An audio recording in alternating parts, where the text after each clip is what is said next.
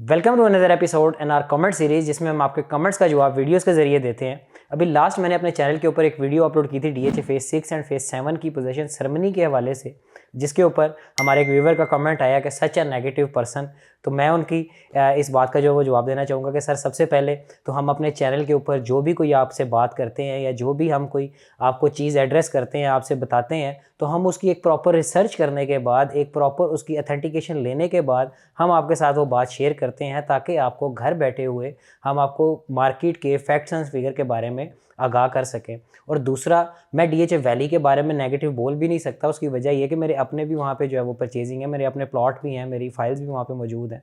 तो DHA valley के बारे में जो शायद उनको मेरी नेगेटिव बात ये लगी कि मैंने बोला था कि पोजेशन के बाद यहाँ पे रेट्स में कोई ख़ास मुझे जंप आता हुआ नज़र नहीं आ रहा। तो मेरे कहने का मकसद सिर्फ ये था, या मेरे कहने का वजह ये थी कि अगर डीएचए के अंदर पोजेशन आने के बाद रेट्स के ऊपर इंक्रीज़ आना होता, तो सबसे पहले तो जैसे 13 अगस्त को डीएचए ने अपने फेज 6 के सेक्टर B3 के अंदर पोजेशन दी थी, तो वहाँ पे पोजेशन से पहले आपको अगर प्लॉट आप लेने जाते थे तो B3 के अंदर आपको 1 करोड़ 15 से 20 या 25 मैक्सिमम जो है वो प्लॉट मिल जाता था नॉन पोजेशन। और अभी अगर आप जाते हैं तो अभी भी आपको पोजेशनेबल प्लॉट भी तकरीबन 20 से 25 की ब्रैकेट में जो है वो मिल जाते हैं। तो ये 1.5 करोड़ के क्यों नहीं हुए, 1.60 के क्यों नहीं हुए, इनमें क्यों नहीं प्राइस जंप आया?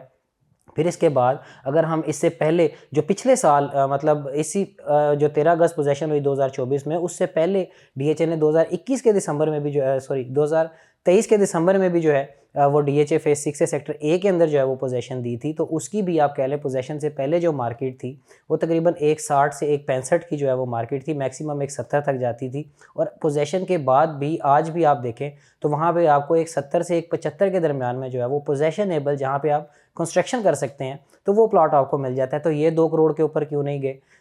और अगर आप इसको कंपैरिजन कर रहे हैं, इस पोजेशन सेरेमनी को अगर आप कंपैरिजन कर रहे हैं डीएचए फेज 3 के साथ, जहां पे आर्मी एलोकेशन को डीएचए ने पोजेशन दी थी, तो आप कह लें कि जो कंपैरिजन है वो गलत है। उसकी वजह ये है कि आर्मी एलोकेशन के अंदर अगर आप देखते हैं तो जो इसका सेक्टर डी है एलोकेशन का, उसकी कोई 8-10 गलियां मौके पे मौजूद हैं।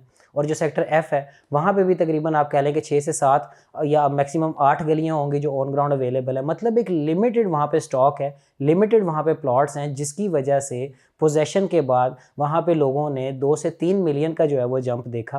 तो डीएचए वैली और डीएचए फेज 6 के अंदर 10,000 प्लॉट्स का जो है वो आप कह लें कि ये पोजेशन सेरेमनी है, जो कि एक बहुत बड़ी अमाउंट है। और जिसमें से आप जो मुझे लगता है कि 60 to 70% तो डीएचए वैली के अंदर ही जो है वो होंगे। तो मार्केट के अंदर इतनी ज़्यादा आप कह लें कि जब सप्लाई बढ़ जाएगी तो उसकी वजह से डिमांड के अंदर जो है वो कमी आती है और एक मार्केट स्टेबिलिटी की तरफ जो है वो चली जाती है। मीन्स कि अभी जहाँ पे रेट एक दफ़ा हाइक हो गए हैं तो हो सकता है वहाँ पे रुक जाएं या इनसे नीचे भी आने का जो है वो खदशा है। मैंने जस्ट इस वजह से जो है वो अपने कमेंट के अंदर, अपनी वीडियो के अंदर जो है वो ये बात की थी। सो टिल देन अपना बहुत सारा ख्याल रखिएगा, हमारे चैनल को लाइक और सब्सक्राइब करिएगा। अगले कमेंट में मिलेंगे। अल्लाह हाफिज़।